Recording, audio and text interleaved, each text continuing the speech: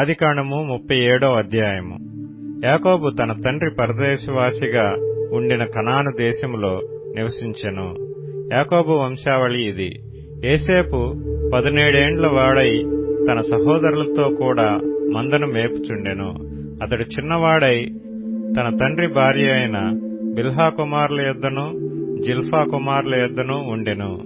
అప్పుడు యోసేపు వారి చెడుతనమును గూర్చిన సమాచారము వారి తండ్రి వద్దకు తెచ్చుచుండువాడు. మరియు యోసేపు ఇశ్రాయేలు వృద్ధాప్యమందు పుట్టిన కుమారుడు గనుక తన కుమారులందరికంటే ఎక్కువగా అతని ప్రేమించి అతని కొరకు విచిత్రమైన నిలువుటంగి కుట్టించెను.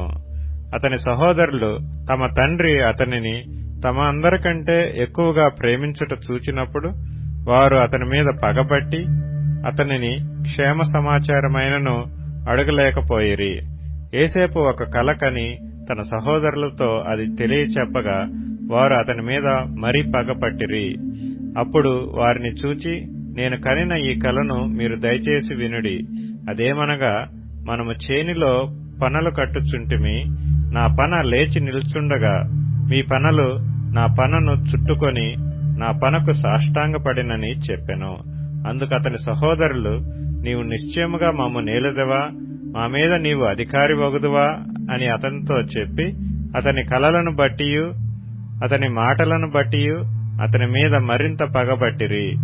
అతడు ఇంకొక కల కని తన సహోదరులకు తెలియజేసి, ఇదిగో నేను మరొక కల కంటిని. అందులో సూర్యచంద్రులను 11 నక్షత్రములను నాకు సాష్టాంగపడేనని చెప్పెను. అతడు తన తండ్రితోనూ తన సహోదరులతోనూ అది తెలియచెప్పినప్పుడు అతని తండ్రి అతనితో, నీవు కనిన ఈ కల ఏమిటి? నేను నీ తల్లియు నీ సహోదరులను నిశ్చయముగా వచ్చి నీకు సాష్టాంగపడుదుమా అని అతనిని గద్దించెను. అతని సహోదరులు అతని యందు అసూయపడిరి.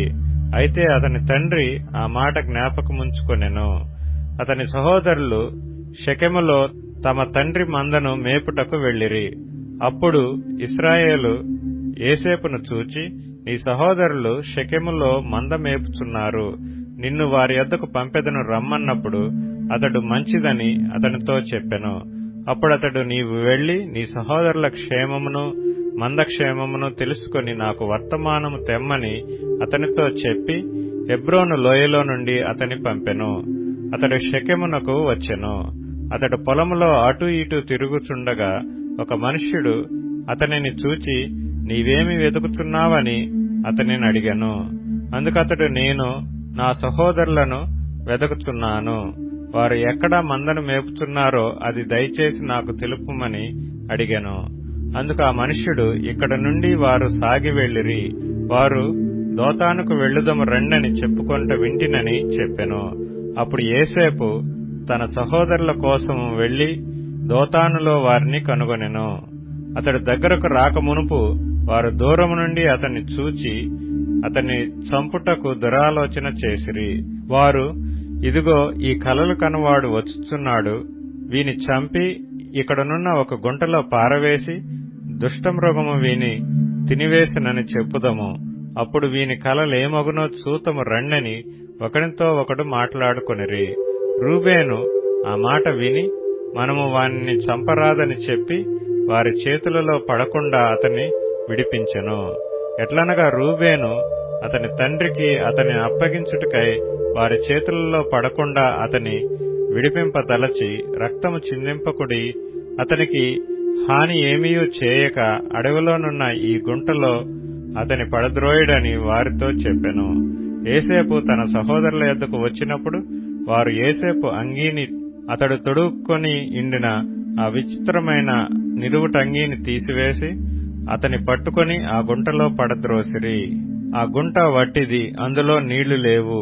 వారు భోజనము చేయ కూర్చుండి కన్నులెత్తి చూడగా ఐగుప్తునకు తీసుకొని పోవుటకు గుగ్గిలము మస్తకియు బోళమును మోయిచున్న ఒంటెలతో ఇష్మాయేలీయులైన మార్గస్థులు గిలాదు నుండి వచ్చుచుండిరి.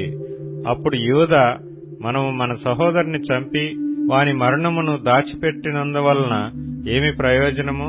ఈ ఇష్మాయేలీయులకు వానిని అమ్మివేదము రండి.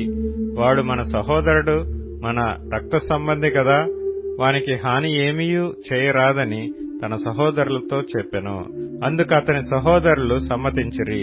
మిద్యానీయులైన వర్తకులు ఆ మీదుగా వెళ్ళుచుండగా వారు ఆ గుంటలో నుండి యోసేపును పైకి తీసి ఆ ఇష్మాయేలీలకు 20 తులముల వెండికి అతనిని అమ్మివేసిరి. వారు యోసేపును ఐగుప్తునకు తీసుకొని పోయిరి.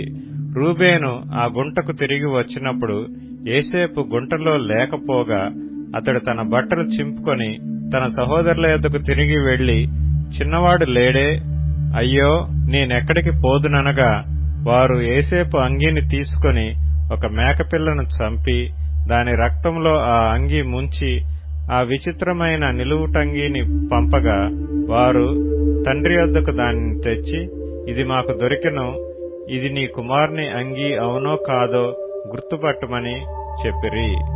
అతడు దానిని గుర్తుపట్టి, ఈ అంగీ నా కుమారునిదే, దుష్టమృగము వానిని తినివేసెను, యోసేపు నిశ్చయముగా చీల్చబడినెను. యాకోబు తన బట్టలు చింపుకొని తన నడుమున గోనె పట్ట కట్టుకొని అనేక దినములు తన కుమారుని నిమిత్తము అంగలార్చుచుండగా అతని కుమారులందరినూ అతని కుమార్తెలందరినూ అతనిని ఓదార్చుటకు యత్నము చేసిరి. అయితే అతడు ఓదార్పు పొందనొల్లక, నేను అంగలార్చుచు మృతుల లోకమునకు నా కుమారుని యొద్దకు వెళ్ళెదనని చెప్పి అతని తండ్రి అతని కోసము ఏడ్చెను.